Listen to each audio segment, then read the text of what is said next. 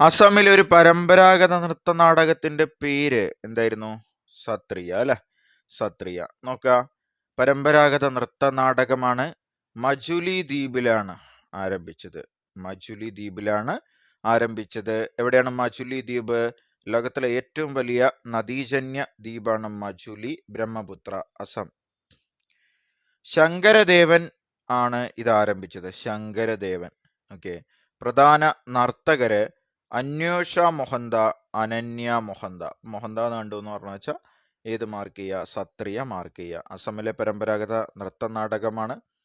വൈഷ്ണവേറ്റുമായിട്ട് ബന്ധപ്പെട്ടിരിക്കുന്നു. അതായത് വിഷ്ണുവിനെ ആരാധിക്കുന്നവരുമായിട്ട് ബന്ധപ്പെട്ടിരിക്കുന്നു. സത്രങ്ങളിൽ താമസിക്കുന്നവർ. മജുലി ദ്വീപിലാണ് ഇത് ആരംഭിച്ചത്. ശങ്കരദേവനാണ് ആരംഭിച്ചത്. പ്രധാന നർത്തകർ അന്വേഷ മൊഹന്ത, അനന്യ മൊഹന്ത. 8 ക്ലാസിക്കൽ ഡാൻസ് ആണ് ഇന്ത്യയിൽ ഉള്ളത്. കേരളത്തിൽ നിന്ന് 2 എണ്ണം. മോഹിനിയാട്ടം, കഥകളി. മോഹിനിയാട്ടം, കഥകളി. തമിഴ്നാട് ഭരതനാട്യം, ആന്ധ്രാപ്രദേശ് കുച്ചിപ്പുടി, ഉത്തരേന്ത്യ കഥക്ക്, അസം സത്രിയ, മണിപ്പൂർ മണിപ്പൂരി, ഒഡീസി ഒഡീഷ. ഒഡീസി ഒഡീഷ. ഈ മണിപ്പൂരി എന്ന് പറഞ്ഞ ഡാൻസ് ഫോം ഇന്ന് കാണുന്ന രീതിയിൽ ഫേമസ് ആക്കി അല്ലെങ്കിൽ നിലനിർത്തിയത് എങ്ങനെയാണോ വള്ളത്തോളം കഥകളിയെ കേരള കലാമണ്ഡലം സ്ഥാപിച്ച് സംരക്ഷിച്ചത്, അതേപോലെ മണിപ്പൂരിയെ സംരക്ഷിച്ച വ്യക്തിയാണ് ആര്? രബീന്ദ്രനാഥ ടാഗോർ. രബീന്ദ്രനാഥ ടാഗോർ. ഇതിൽ ഏറ്റവും കൂടുതൽ വെളിയിൽ നിന്നുള്ള ഇൻഫ്ലുവൻസ് കിട്ടിയിരിക്കുന്ന ഏതാന്ന് ചോദിച്ചാൽ അത് കഥക്കാണ്. കഥക്കാണ്. കുറവ് കിട്ടിയിരിക്കുന്നത് ചോദിച്ചു പറഞ്ഞാൽ ഏതാണ്? മണിപ്പൂരിയാണ്. മണിപ്പൂരിയാണ്. അടുത്ത ത്രിഭംഗ സ്റ്റൈൽ ഒഡീസിയുമായി ബന്ധപ്പെട്ടിരിക്കുന്നു. ഭൂമിയെ പൂജിച്ച് തുടങ്ങുന്ന നൃത്തരൂപമാണ് ഏത്? ഒഡീസി. ചലിക്കുന്ന ശില്പമാണ് ഏത്? ഒഡീസി. ഒന്നുകൂടെ പറയാ, ത്രിഭംഗ സ്റ്റൈൽ ഒഡീസിയുമായി ബന്ധപ്പെട്ടിരിക്കുന്നു. ഭൂമിയെ പൂജിച്ച് തുടങ്ങുന്ന നൃത്തരൂപമാണ്. ചലിക്കുന്ന ശില്പമാണ് ഏത്?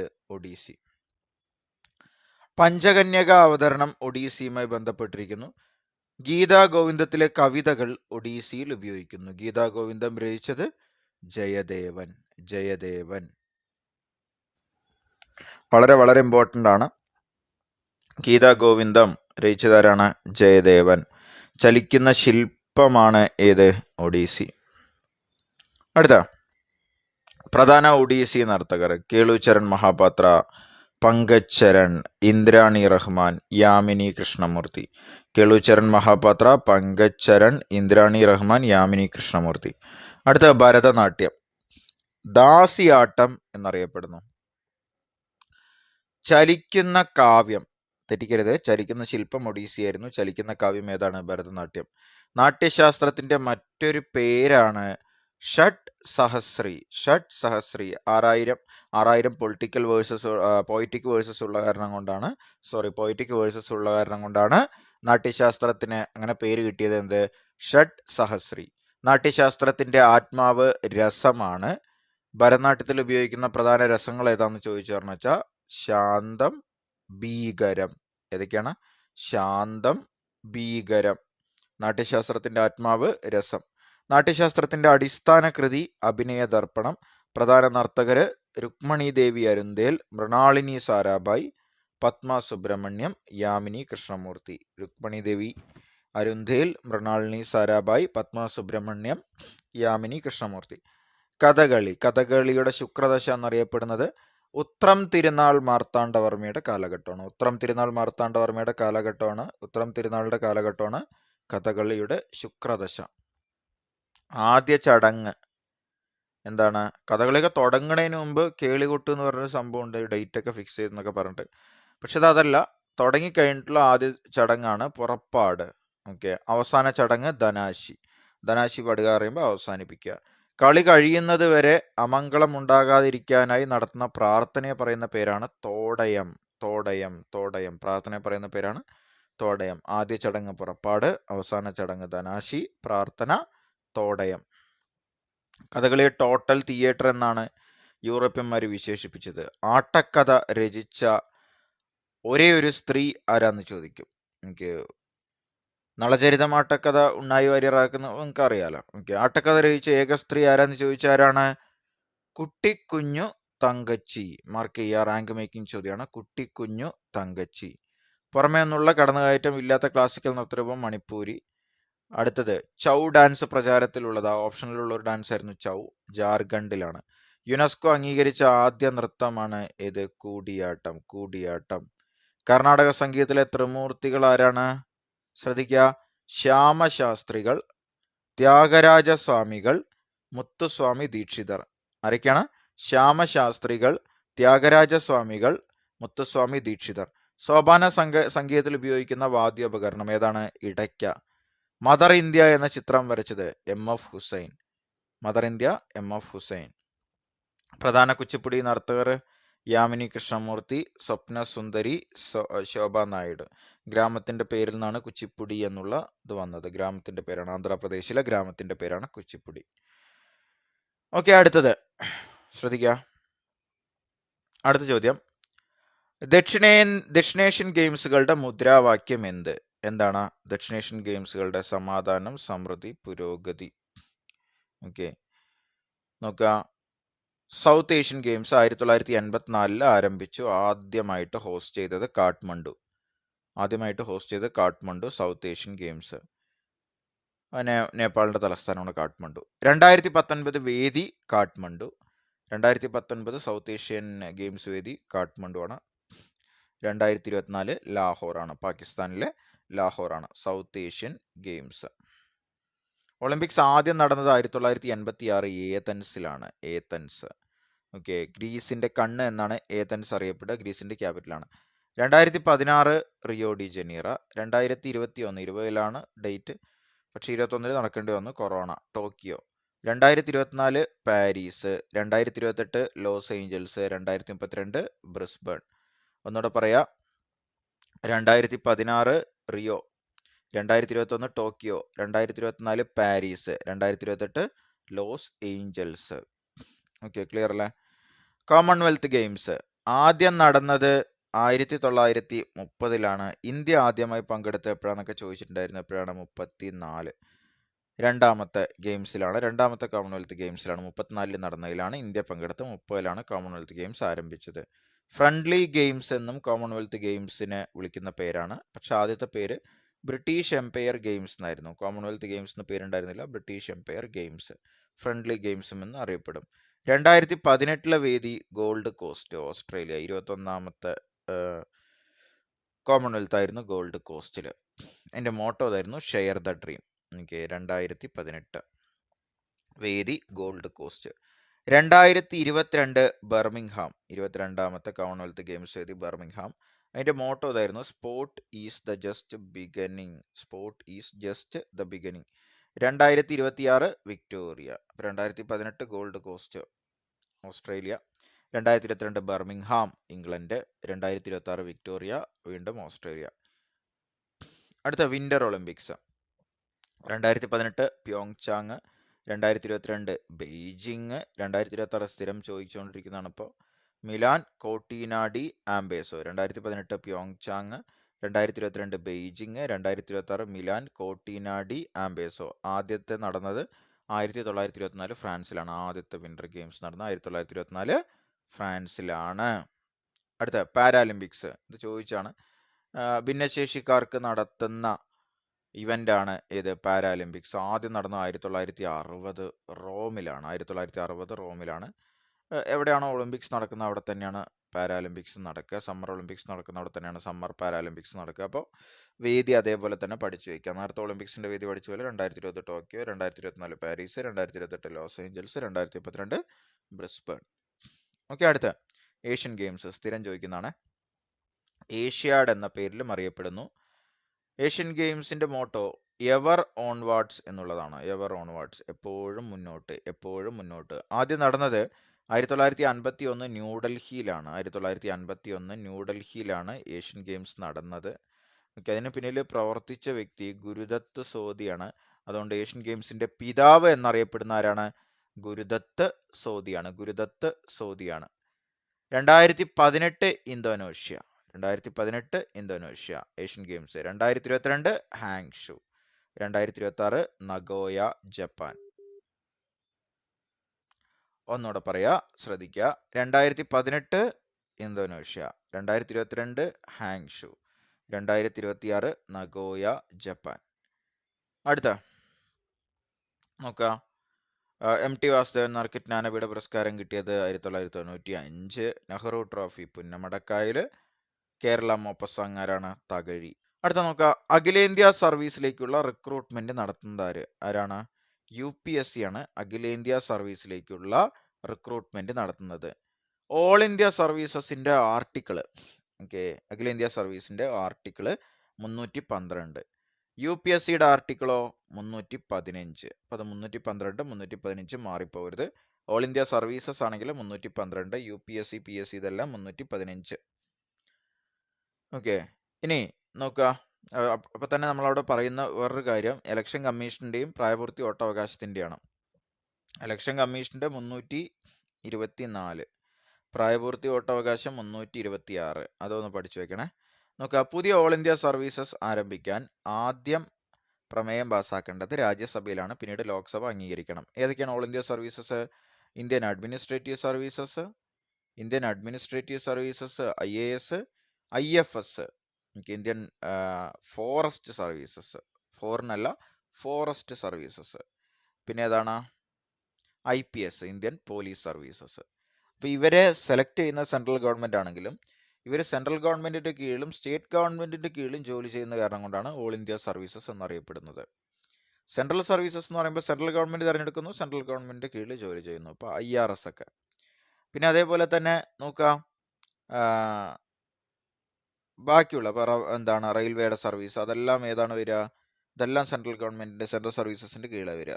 ഇനി നമ്മുടെ ഇപ്പൊ സ്റ്റേറ്റ് സർവീസസ്, ഇപ്പൊ കേരളം തിരഞ്ഞെടുക്കുന്നു, കേരളത്തിലെ സ്റ്റേറ്റ് സർവീസ് പറയുമ്പോൾ കേരളം തിരഞ്ഞെടുക്കുന്നു, കേരളത്തിന്റെ കീഴിൽ ജോലി ചെയ്യുന്നു, കേരള ഗവൺമെന്റിന്റെ കീഴിൽ ജോലി ചെയ്യുന്നു. ഇപ്പൊ ഉദാഹരണം LDC, ബെവ്കോ LD, പിന്നെ അതേപോലെ തന്നെ അങ്ങനെയുള്ള കാര്യങ്ങളൊക്കെ. ഓക്കെ, നോക്കുക, നിലവിൽ 3 ഓൾ ഇന്ത്യ സർവീസസ് ആണ് ഉള്ളത്. ഓൾ ഇന്ത്യ സർവീസസിന്റെ പിതാവ്, ഇന്ത്യൻ അഖിലേന്ത്യാ സർവീസസിന്റെ പിതാവ് ആരാണ്? സർദാർ വല്ലഭായ് പട്ടേൽ. UPSC നിലവിൽ വന്നപ്പോഴാണ് 1926 ഒക്ടോബർ 1 ലീ കമ്മീഷൻ ശിപാർശ പ്രകാരം. അപ്പൊ ലീ കമ്മീഷന്റെ ശിപാർശ പ്രകാരമാണ് 1926 ഒക്ടോബർ 1 എന്ത് നിലവിൽ വന്നത്? UPSC നിലവിൽ വന്നത്. ഇപ്പോഴത്തെ UPSC ചെയർമാൻ മനോജ് സോണി. ആസ്ഥാനം Dholpur House, Shah Jahan Road, New Delhi. Okay, എന്താണ് ആർട്ടിക്കിൾ 311 ചോദിച്ചിട്ടുണ്ട്. സർക്കാർ ഉദ്യോഗസ്ഥരെ, സെൻട്രൽ ആയിക്കോട്ടെ സ്റ്റേറ്റ് ആയിക്കോട്ടെ, അവരെ പുറത്താക്കൽ, റാങ്ക് വെട്ടിച്ചുരുക്കൽ എന്നിവയുമായി ബന്ധപ്പെട്ടതാണ്. സർക്കാർ ഉദ്യോഗസ്ഥരുടെ പുറത്താക്കൽ, റാങ്ക് വെട്ടിച്ചുരുക്കൽ എന്നിവയുമായി ബന്ധപ്പെട്ടതാണ് ആർട്ടിക്കിൾ 311. അവർക്കുള്ള സംരക്ഷണം ഏതെന്ന് ചോദിച്ചാൽ അതിൽ സംരക്ഷണത്തിന്റെ കാര്യങ്ങളൊക്കെ പറയുന്നുണ്ട്. അപ്പോൾ ആർട്ടിക്കിൾ 311 അതും കൂടിയാണ്. അടുത്ത നോക്കുക, അതേപോലെ ചോദിച്ചൊരു ചോദ്യമാണ്, രാഷ്ട്രീയ പാർട്ടികൾക്ക് ആരാണ് അംഗീകാരം നൽകുന്നത്? ആരാണ്? ഇന്ത്യൻ തെരഞ്ഞെടുപ്പ് commission, election commission. Okay, article 324 part 15 ഭാഗം 15 പറയുന്നു എന്തിനെ കുറിച്ച്? ഇലക്ഷൻ കമ്മീഷനെ കുറിച്ച്. രാജീവ് കുമാറാണ് ഇപ്പോഴത്തെ chief election commissioner. Rajeev Kumar 1950 ജനുവരി 25 നിലവിൽ വന്നു. ഭരണഘടന നിലവിൽ വരുന്നതിന് മുമ്പ് നിലവിൽ വന്ന സ്ഥാപനം ഏതാണെന്ന് ചോദിക്കും. ഏതാണ്? Election commission. 1950 ജനുവരി 25. ഇവരുടെ ചുമതലകള് പാർലമെന്റ്, നിയമസഭ, പ്രസിഡന്റ്, വൈസ് പ്രസിഡന്റ് സ്ഥാനങ്ങളിലേക്ക് ഇലക്ഷൻ നടത്തുന്നു. പാർലമെന്റ്, നിയമസഭ, പ്രസിഡന്റ്, വൈസ് പ്രസിഡന്റ് എന്നീ സ്ഥാനങ്ങളിലേക്ക് ഇലക്ഷൻ നടത്തുന്നു. കേരള നിയമസഭയിലെ ഇലക്ഷൻ നടത്തുന്നതും കേന്ദ്ര തെരഞ്ഞെടുപ്പ് കമ്മീഷനാണ്. പറഞ്ഞു മനസ്സിലായല്ലോ? കേരള നിയമസഭയിലെ ഇലക്ഷൻ നടത്തുന്നതും. അപ്പോൾ സ്റ്റേറ്റ് ഇലക്ഷൻ കമ്മീഷന്റെ ചുമതല എന്താണ്? സംസ്ഥാന ഇലക്ഷൻ കമ്മീഷൻ ആർട്ടിക്കിൾ 243 പ്രകാരം നിലവിൽ വന്ന സ്റ്റേറ്റ് ഇലക്ഷൻ കമ്മീഷന്റെ ചുമതല എന്താണ്? തദ്ദേശ സ്വയംഭരണ സ്ഥാപനങ്ങളിലേക്കുള്ള ഇലക്ഷൻ നടത്തുന്നു. മുനിസിപ്പാലിറ്റി, കോർപ്പറേഷൻ, പിന്നെ അതേപോലെ തന്നെ ജില്ലാ പഞ്ചായത്തുകൾ അവയുടെ. ഇനി രണ്ടാമത്തെ ചുമതല നോക്കുക, പെരുമാറ്റച്ചട്ടം പുറപ്പെടുവിക്കുന്നു. മൂന്നാമത്തത് രാഷ്ട്രീയ പാർട്ടികൾക്കുള്ള രജിസ്ട്രേഷൻ നടത്തുക, ചിഹ്നങ്ങൾ അനുവദിക്കുക, പദവികൾ അനുവദിക്കുക. ഇപ്പോൾ ദേശീയ പാർട്ടി അങ്ങനെയുള്ള സംഭവങ്ങളൊക്കെ അനുവദിക്കുക. രാഷ്ട്രീയ പാർട്ടികൾക്കുള്ള രജിസ്ട്രേഷൻ നടത്തുക, ചിഹ്നങ്ങൾ അനുവദിക്കുക. വോട്ടർ പട്ടിക തയ്യാറാക്കുക, പുതുക്കുക. എക്സിറ്റ് പോൾ ഫലങ്ങൾ തടഞ്ഞു വെക്കാം. അവർക്കാണെങ്കിൽ എക്സിറ്റ് പോൾ ഫലങ്ങൾ തടഞ്ഞു വെക്കാം. തെരഞ്ഞെടുപ്പ് നിരീക്ഷകരായി IRS ഉദ്യോഗസ്ഥരെ നിയമിക്കുന്നു.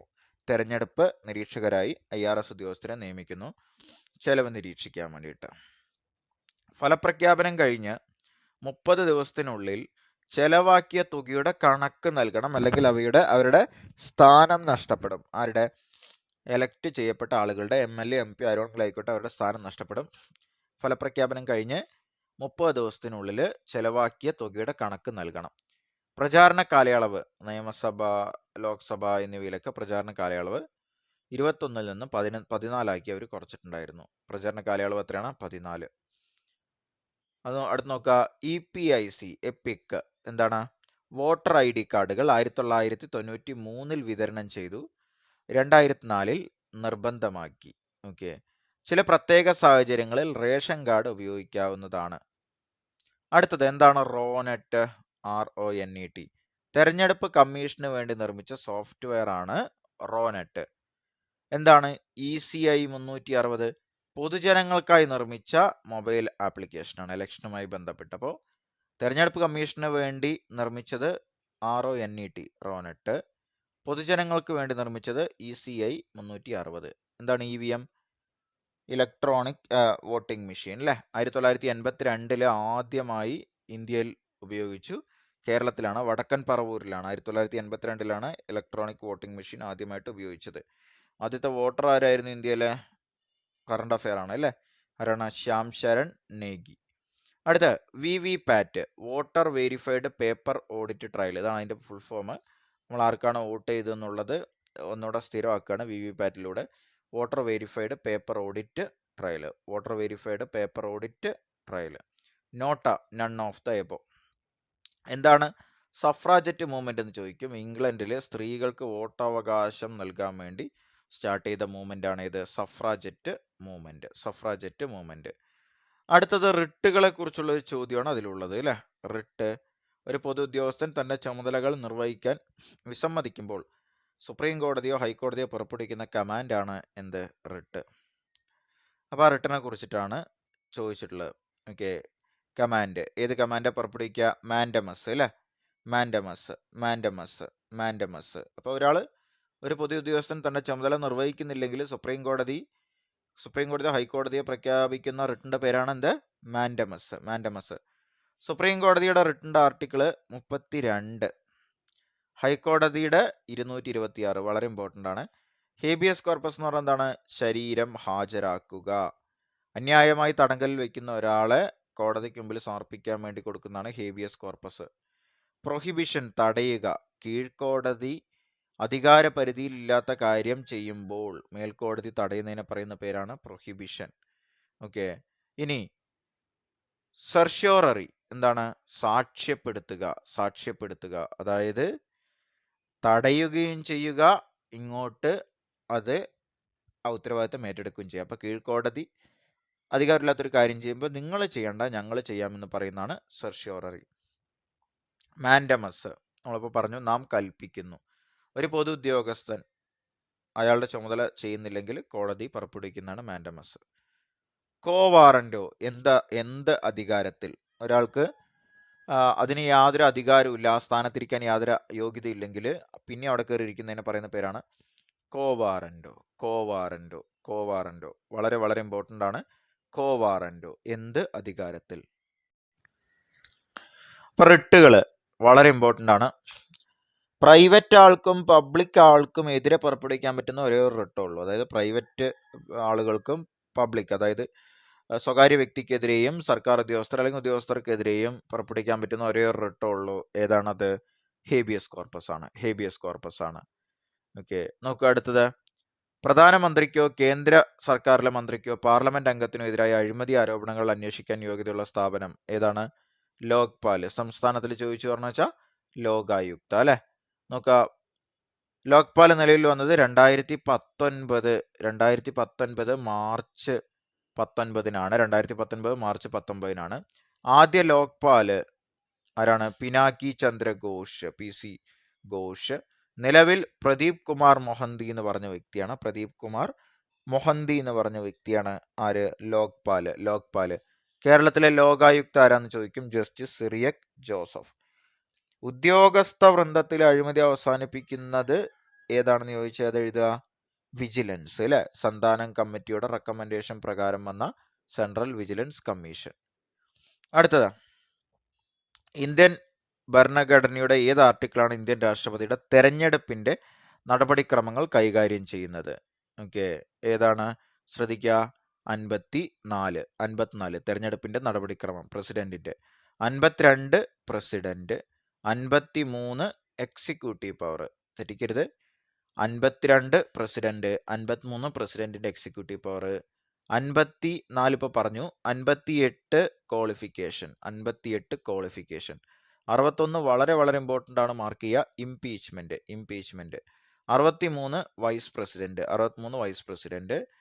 66 election of vice president, 63 vice പ്രസിഡന്റും 63 ഇലക്ഷൻ ഓഫ് വൈസ് പ്രസിഡന്റും, 72 പാർഡനിങ് പവർ, പ്രസിഡന്റിന്റെ ദയ.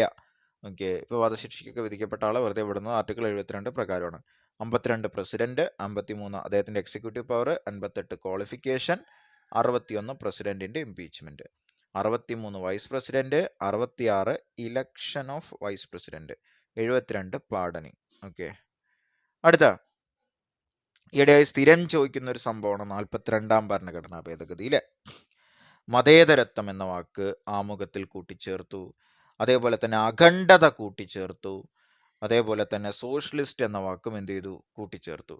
ഈ 42ാം ഭരണഘടനാ ഭേദഗതിയിൽ വളരെ പ്രധാനപ്പെട്ട ഒരു 3 ആർട്ടിക്കിൾ കൂട്ടിച്ചേർത്തിട്ടുണ്ട്. നോക്കുക, 39A equal justice and free legal aid, equal justice തുല്യനീതി, അതേപോലെ തന്നെ ഫ്രീ ലീഗൽ എയ്ഡ്, ഓക്കെ, സൗജന്യമായിട്ട് ലീഗൽ എയ്ഡ് കിട്ടാനുള്ള സംഭവം. അടുത്ത 43A participation of workers in management of industries, തൊഴിലാളികളുടെ പങ്കാളിത്തമാണ് ഇത് സൂചിപ്പിക്കുന്നത്. 48A protection and improvement of environment and safeguarding of forests and wildlife, വനവും പരിസ്ഥിതിയും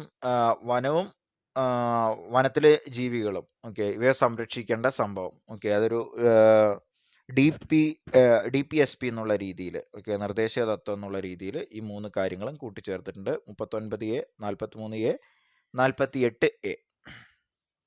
42ാം ഭരണഘടനാ ഭേദഗതി 1976 ഇന്ദിരാഗാന്ധി, 3 വാക്കുകളാണ് നമ്മൾ നേരത്തെ പറഞ്ഞു, ആമുഖത്തിൽ കൂട്ടിച്ചേർത്തത് socialist, secular, integrity. Kesavananda Bharati versus State of Kerala 1973 കേസാണ്. ഓക്കെ, അപ്പോൾ ആ വർഷം ഒന്ന് മാർക്ക് ചെയ്യുക. സ്റ്റേറ്റ് ലിസ്റ്റിൽ ഉണ്ടായിരുന്ന 5 കാര്യങ്ങൾ കൺകറന്റ് ലിസ്റ്റിലേക്ക് മാറ്റി. സ്റ്റേറ്റ് ലിസ്റ്റ്, കൺകറന്റ് ലിസ്റ്റ്, ആ ഡിവിഷൻ വരുന്നത് സംസ്ഥാനം, കേന്ദ്രം എന്നിവയുടെ അധികാര വിഭജനം വരുന്നത് 7ാമത്തെ ഷെഡ്യൂളിലാണ്. എത്രാമത്തെ ഷെഡ്യൂളിലാണ്? 7ാമത്തെ ഷെഡ്യൂളിലാണ് ആ വിഭജനം വരുന്നത്. ഏതൊക്കെ അധികാര വിഭജനം വരുന്നത്? സെൻട്രൽ ഗവൺമെന്റിന്റെയും സ്റ്റേറ്റ് ഗവൺമെന്റ്, 7ാമത്തെ ഷെഡ്യൂൾ. അതിൽ സ്റ്റേറ്റ് ലിസ്റ്റിലുള്ള കാര്യങ്ങൾ നേരെ എടുത്ത് ഏത് ലിസ്റ്റിൽ കൊണ്ടുപോയിട്ടു? കൺകറന്റ് ലിസ്റ്റിൽ കൊണ്ടുപോയിട്ടു. 5 കാര്യങ്ങൾ ഏതൊക്കെയാണ്? എഡ്യൂക്കേഷൻ, വിദ്യാഭ്യാസം ഇപ്പോൾ കൺകറന്റ് ലിസ്റ്റിലാണ്. ഫോറസ്റ്റ്, വനം. വെയിറ്റ് ആൻഡ് മെഷേഴ്സ്, അളവും തൂക്കങ്ങളും. Protection of wild animals and birds, വന്യജീവികളുടെ സംരക്ഷണം. അടുത്ത അഡ്മിനിസ്ട്രേഷൻ ഓഫ് ജസ്റ്റിസ്. ഈ 5 കാര്യങ്ങൾ, education, forest, weight and measures, protection of wild animals and birds, administration of justice, ഇതെല്ലാം സ്റ്റേറ്റ് ലിസ്റ്റിലായിരുന്നു, നേരെ എടുത്ത് കൺകറന്റ് ലിസ്റ്റിലിട്ടു, സെൻട്രൽ ഗവൺമെന്റിന് അധികാരം കിട്ടാൻ വേണ്ടിയിട്ട്. കൺകറന്റ് ലിസ്റ്റ് എന്നുള്ള ആശയം കടമെടുത്തത് ഓസ്ട്രേലിയ എന്നാണ്. മിനി കോൺസ്റ്റിറ്റ്യൂഷൻ ഓഫ് ഇന്ത്യ എന്നാണ് 42ാം ഭരണഘടനാ ഭേദഗതി 1976 ഇന്ദിരാഗാന്ധി നടത്തിയ ഭരണഘടനാ ഭേദഗതിയെ പറയാം. 42ാം ഭരണഘടനാ ഭേദഗതിക്കെതിരെ വന്നാണ്. ഇപ്പോൾ ഉദാഹരണം പറയുകയാണെങ്കിൽ 42ാം ഭരണഘടനാ ഭേദഗതിയിൽ ലോക്സഭയുടെ കാലാവധി 6 വർഷമാക്കിയിട്ടുണ്ടായിരുന്നു. പക്ഷെ 44 അത് വീണ്ടും എന്താക്കി മാറ്റി? 5 ആക്കി മാറ്റി. 1978 മൊറാർജി ദേശായി 44ാം ഭരണഘടനാ ഭേദഗതി സ്വത്തവകാശത്തെ മൗലിക അവകാശത്തിൽ നിന്ന് മാറ്റി. 31 എന്നുള്ളത് മാറ്റിയിട്ട് നേരെ 300A കൊണ്ടുപോയിട്ടു. 31 എന്നുള്ളത് മാറ്റിയിട്ട് നേരെ 300A കൊണ്ടുപോയിട്ടു. അപ്പോൾ ഇന്ന് സ്വത്തവകാശം ഉണ്ട് ഭരണഘടനയിൽ 300A. അപ്പോൾ 31 എന്നുള്ള ആർട്ടിക്കിൾ മാറ്റിയത് ഏതാണ്? 44ാം ഭരണഘടനാ ഭേദഗതി. ഇനി അതുമായി ബന്ധപ്പെട്ടൊരു ചോദ്യമാണ് താഴെ കൊടുത്തിട്ടുള്ളത്. നിയമനിർമ്മാണത്തിന്റെ ഉദ്ദേശത്തിനായി ഒരു വ്യക്തിയെ ഒരു ക്ലാസ് ആയി കണക്കാക്കാം. നിയമനിർമ്മാണത്തിന്റെ ഉദ്ദേശത്തിനായി ഒരു വ്യക്തി ഒരു ക്ലാസ് ആയി കണക്കാക്കാം. ശരിയാണ്. 6 മുതൽ 15 വയസ്സ് വരെയുള്ള എല്ലാ കുട്ടികൾക്കും വിദ്യാഭ്യാസം. തെറ്റല്ലേ?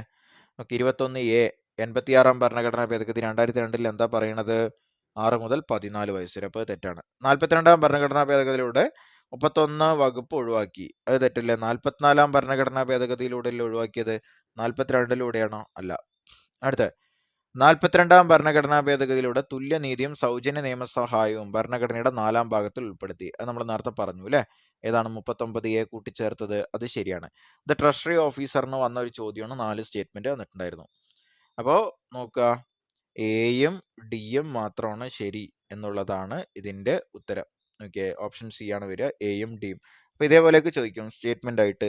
അപ്പൊ നിങ്ങൾക്ക് എല്ലാം അറിയണം നിർബന്ധമൊന്നുമില്ല, 1-2 അറിഞ്ഞാൽ മതി, ഓപ്ഷൻ നോക്കി എലിമിനേറ്റ് ചെയ്താൽ മതി. നോക്കുക, അന്താരാഷ്ട്ര സമാധാനവും സുരക്ഷയും പ്രോത്സാഹിപ്പിക്കുക എന്നത് ഇന്ത്യൻ പൗരന്റെ അടിസ്ഥാന കടമകളിൽ ഒന്നാണ്. ഓക്കെ, തെറ്റല്ലേ? അത് 51-ലാ പറയണത്. അത് ഇന്ത്യയുടെ കടമയാണ്, DPSPയിൽ വരുന്നതാണ്. ഹൈക്കോടതിയുടെയും സുപ്രീം കോടതിയുടെയും റിട്ട് അധികാര പരിധി തുല്യമല്ല. അല്ലാലോ, നമുക്കറിയാലോ. ഓക്കെ, ഹൈക്കോടതിക്ക് എല്ലാ കാര്യത്തിലും റിട്ട് പുറപ്പെടുവിക്കാം. സുപ്രീം കോടതിക്ക് ഫണ്ടമെന്റൽ റൈറ്റ് മാത്രമേ ബന്ധപ്പെട്ടാണ്. അപ്പോൾ ഹൈക്കോടതിയുടെ റിട്ട് അധികാരമാണ് കുറച്ചുകൂടെ വലുത്. അടുത്ത, തെളിയിക്കപ്പെട്ട മോശം പെരുമാറ്റത്തിനും കഴിവില്ലായ്മയ്ക്കും പ്രസിഡന്റിനെ ഇംപീച്ച് ചെയ്യാം. തെറ്റായ സ്റ്റേറ്റ്മെന്റ് അല്ലേ? അങ്ങനെ പറ്റില്ല. വയലേഷൻ ഓഫ് കോൺസ്റ്റിറ്റ്യൂഷന് മാത്രമേ ആരെ ഇംപീച്ച് ചെയ്യാൻ പറ്റുള്ളൂ? ഇന്ത്യൻ പ്രസിഡന്റിനെ ഇംപീച്ച് ചെയ്യാൻ പറ്റുള്ളൂ. ഭരണഘടനാ ലംഘനം നടത്തിയാൽ മാത്രമാണ് ഇംപീച്ച് ചെയ്യാൻ പറ്റുള്ളൂ.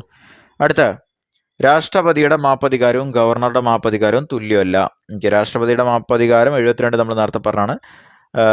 ഗവർണറുടെ 161 ഗവർണർക്ക് വധശിക്ഷയ്ക്ക് വിധിക്കപ്പെട്ട ഒരാൾക്ക് മാപ്പ് കൊടുക്കാൻ അധികാരമില്ല. ഓക്കെ, അപ്പൊ ഏതാണ്? ബിയും ഡിയും ശ്രദ്ധിക്കുക. ബി എന്ന് പറയണതും ഡി എന്ന് പറയണതുമാണ് ശരി. അപ്പൊ ഇങ്ങനെയൊക്കെ ചോദിക്കാം. അപ്പൊ നിങ്ങൾ ലോജിക്ക് വെച്ചൊക്കെ എഴുതാൻ നോക്കുക. ഓക്കെ, അടുത്ത നോക്കുക, അതേപോലെ വേറൊരു ചോദ്യം ചോദിച്ചിട്ടുണ്ടായിരുന്നു. സുപ്രീം കോടതി ജഡ്ജിന്റെ സമാനമായ കാരണമില്ലാതെ തെരഞ്ഞെടുപ്പ് കമ്മീഷനെ സർവീസിൽ നിന്ന് മാറ്റാൻ പറ്റില്ല. അത് ശരിയാണ്. സുപ്രീം കോടതി ജഡ്ജി എങ്ങനെയാണോ മാറ്റുന്നത് അതേപോലെ തന്നെയാണ് തെരഞ്ഞെടുപ്പ് കമ്മീഷനെ മാറ്റുന്നത്. സിവിൽ സർവീസുകാർക്കെതിരെയുള്ള അച്ചടക്ക നടപടിയുമായി UPSCക്ക് ഒരു പങ്കുമില്ല. ഓക്കെ, പങ്കുണ്ട്.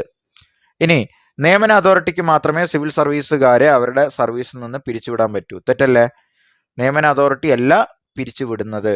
Okay, president പിരിച്ചുവിടും. അടുത്ത, ദേശീയ കമ്മീഷൻ അവകാശങ്ങൾ ഹനിക്കപ്പെട്ട കേസുകളിൽ പട്ടികജാതി പട്ടികവർഗ വിഭാഗത്തിന് അവരുമായി ബന്ധപ്പെട്ട കേസുകളിൽ ആ കമ്മീഷന് ഇടപെടാം എന്നാണ് പറയുന്നത്. വേറൊരു സ്റ്റേറ്റ്മെന്റ്. അത് ശരിയല്ലേ? ഓക്കെ, അപ്പൊ അങ്ങനെ ഇപ്പൊ നമ്മൾ ജസ്റ്റ് കുറച്ച് ചോദ്യങ്ങൾ പറഞ്ഞെന്നുള്ളൂ, സ്റ്റേറ്റ്മെന്റ് ശരിയോ തെറ്റോ എന്നുള്ള കാര്യങ്ങൾ. അപ്പൊ ഒരു 3 ചോദ്യങ്ങൾ അവിടെ നിന്ന് എടുത്തു, ട്രഷറി ഓഫീസർ എന്നുള്ള ചോദ്യത്തിൽ നിന്ന് എടുത്തു. അപ്പൊ ഇങ്ങനെയൊക്കെ ചോദിക്കും. സുപ്രീം കോടതി ജഡ്ജിന്റെ സമാനമായ കാരണമില്ലാതെ തെരഞ്ഞെടുപ്പ് കമ്മീഷനെ സർവീസിൽ നിന്ന് മാറ്റാൻ പറ്റില്ല. ശരിയാണ്. സിവിൽ സർവീസുകാർക്കെതിരെ അച്ചടക്ക നടപടിയുമായി UPSCക്ക് ഒരു പങ്കുമില്ല. തെറ്റാണ്. അപ്പൊ അങ്ങനെയുള്ള സ്റ്റേറ്റ്മെന്റ് ഒക്കെ പഠിച്ചു വയ്ക്കുക. അടുത്ത നോക്കാം, ഹിസ്റ്ററിയിൽ വളരെ സിമ്പിൾ ആയിട്ടുള്ള ചോദ്യങ്ങളാണ് ചോദിച്ചത്. അപ്പോൾ അതിനു മുമ്പ് ഇവിടെ നോക്കുക, ശാരീരിക വൈകല്യമുള്ള കായിക താരങ്ങൾക്ക് നടത്തുന്ന അന്താരാഷ്ട്ര മൾട്ടി സ്പോർട്സ് ഇവന്റിന്റെ പേര് നമ്മൾ നേരത്തെ പറഞ്ഞു, പാരാലിമ്പിക്സ്. ഓട്ടം തുള്ളലൊക്കെ മിസ് എടുത്തതിൽ പറയുന്നുണ്ട്. ആരാണ്? കുഞ്ചൻ നമ്പ്യാർ. കുച്ചിപ്പുടി നമ്മൾ നേരത്തെ പറഞ്ഞു, ആന്ധ്രാപ്രദേശ്. അത്തച്ചമയം ഏതാണ്? തൃപ്പൂണിത്തറ. കേരള വ്യാസൻ ആരാണ്? കൊടുങ്ങല്ലൂർ കുഞ്ഞിക്കുട്ടൻ തമ്പുരാൻ. അപ്പോൾ ഇതൊക്കെ നമ്മൾ നേരത്തെ ഡിസ്കസ് ചെയ്തതാണ്. അതിന്റെ ലിങ്ക് താഴെ കൊടുത്തിട്ടുണ്ടെന്ന് പറഞ്ഞിട്ടുണ്ട്. അതല്ലാത്ത ചോദ്യങ്ങളാണ് നമ്മളിപ്പോൾ എടുക്കുന്നത്. ഓക്കെ, മലബാറിലെ പ്രസിദ്ധ സ്വാതന്ത്ര്യ സമര സേനാനി മൊഴിക്കുന്നത്ത് ബ്രഹ്മദത്തൻ നമ്പൂതിരിപ്പാട് ജനിച്ചത് എവിടെ? എവിടെയാണ്? ചെർപ്പുളശ്ശേരി. എവിടെയാണ്? ചെർപ്പുളശ്ശേരി.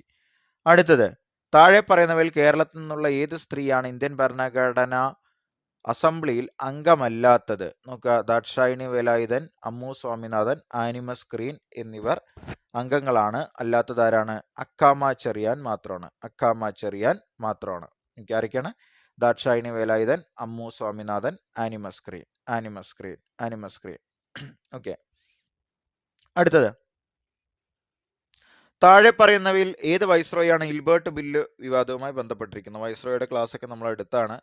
അപ്പോൾ 1857 കലാപ സമയത്ത് വൈസ്രോയി എന്താണെന്ന് സ്ഥിരം ചോദിക്കുന്ന ചോദ്യമാണ്. ഇപ്പോൾ 1857 അതാരാണ്?